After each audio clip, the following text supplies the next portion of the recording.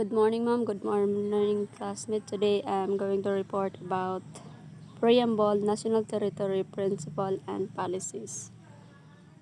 Preamble, we the sovereign Filipino people, imploring the aid of Almighty God in order to build a just and humane society and establish a government that shall embody our ideals and aspirations, promote the common goods, conserve and develop our patrimony, and secure to ourselves and our posterity the blessing of independence and democracy under the rule of law, and a regime of truth, justice, freedom, love, equality, and peace, do ordain and promulgate this Constitution.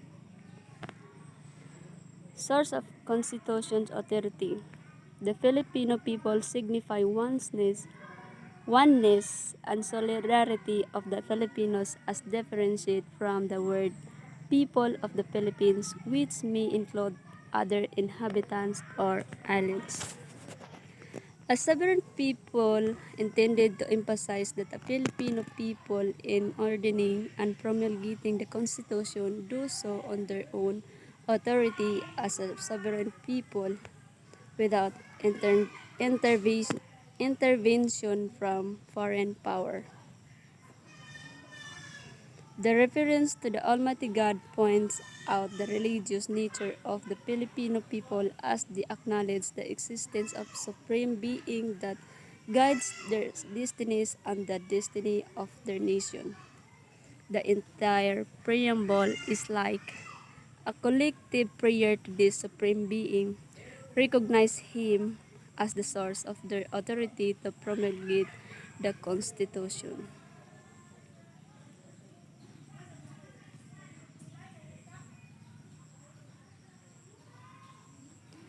The Philippines is predominantly Christian nation and its people believe in the power of prayer.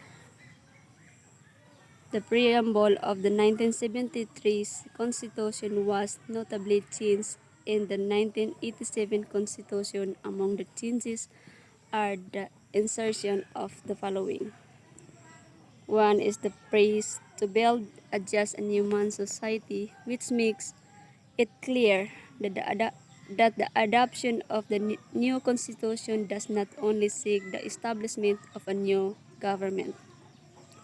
To a just and humane society may be said to be the one where every individual, regardless of his station in life, is treated fairly before the law, and where special concern is given to the poor and the less fortunate, so that, like the rest, they may be able to attain a decent standard of living.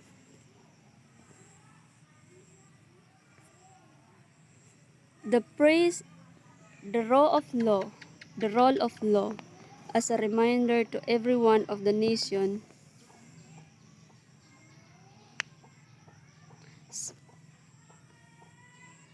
sad experience under an authoritarian regime which has been accused, among others, of numerous violations of human rights, election frauds, graft and corruption, suppression of dissent, and other repressive acts. The word love as a principle, together with truth, justice, freedom, equality, and peace, to stress the needs for a sense of love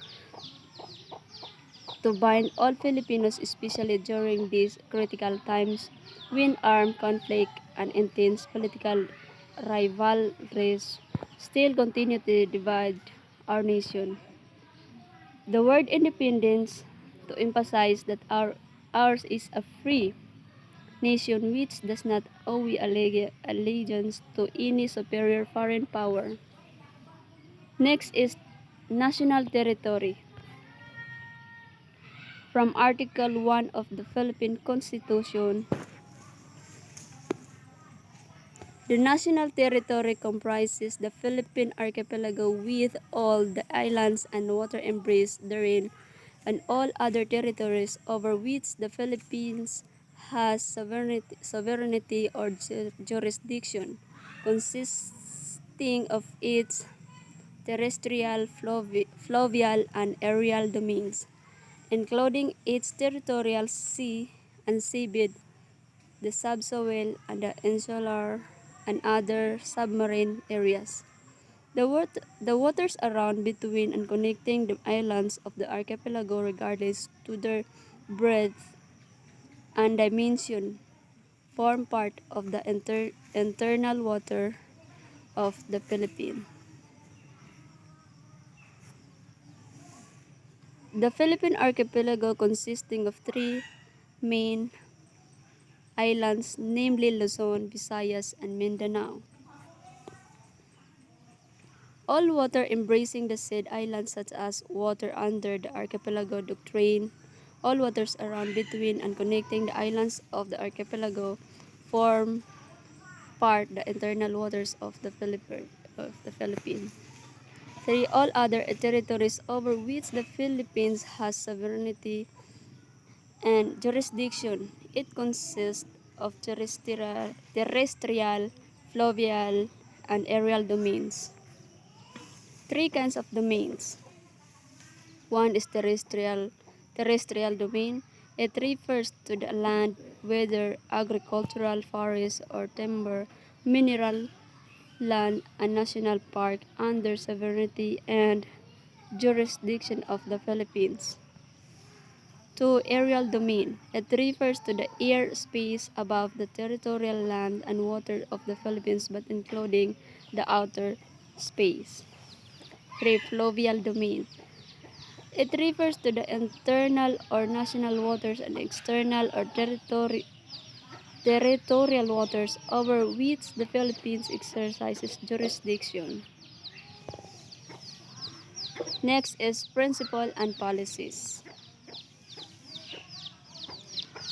From Article 2, Declaration of Principle and State Policies.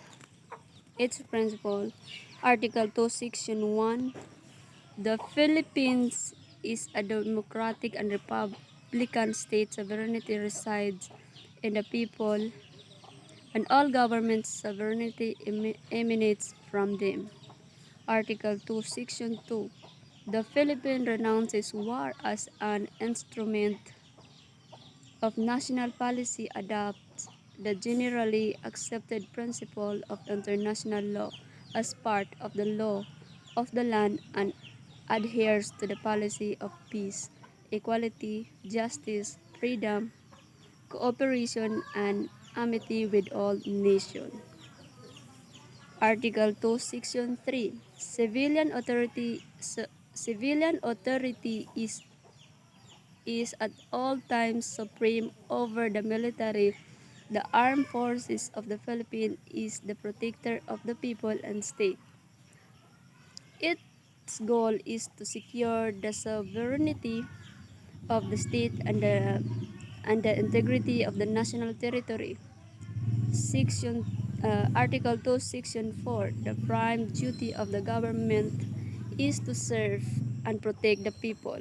The government may call upon the people to defend the state, and in the fulfillment thereof, all citizens may be required, under conditions provided by law, to render personal, military, or civil service.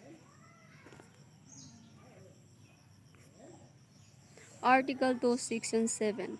The state shall pursue an independent foreign policy in its relations with other states. The paramount consideration shall be national sovereignty, territorial integrity, national interest, and the right to be self-determination. Article 2, Section 8. The Philippines, consistent with the national interest, adopt and pursue a policy of freedom from nuclear weapons in its territory. Article 2, Section 12. The state recognizes the sanctity of the family life and shall protect and strengthen the family as a basic autonomous social institution. It shall equally protect the life of the mother and the life of the unborn from conception. The natural and primary right and duty of parents in the rearing of the youth of civic efficiency and the development of moral character shall receive the support of the government. Article 2, Section 13. The state recognizes the vital role of the youth in nation building and shall promote and protect their physical, moral, spiritual, and intellectual and social well-being. It shall include inculcate in the youth patriotism and nationalism and encourage their involvement in the public and civic affairs. Article 2 Declaration of Principles and State Premises. Article 2, Section 14. The state recognizes the role of women in national building and shall ensure the fundamental equality before the law of women and men. Article 2, Section 25. The state shall ensure the autonomy of local government.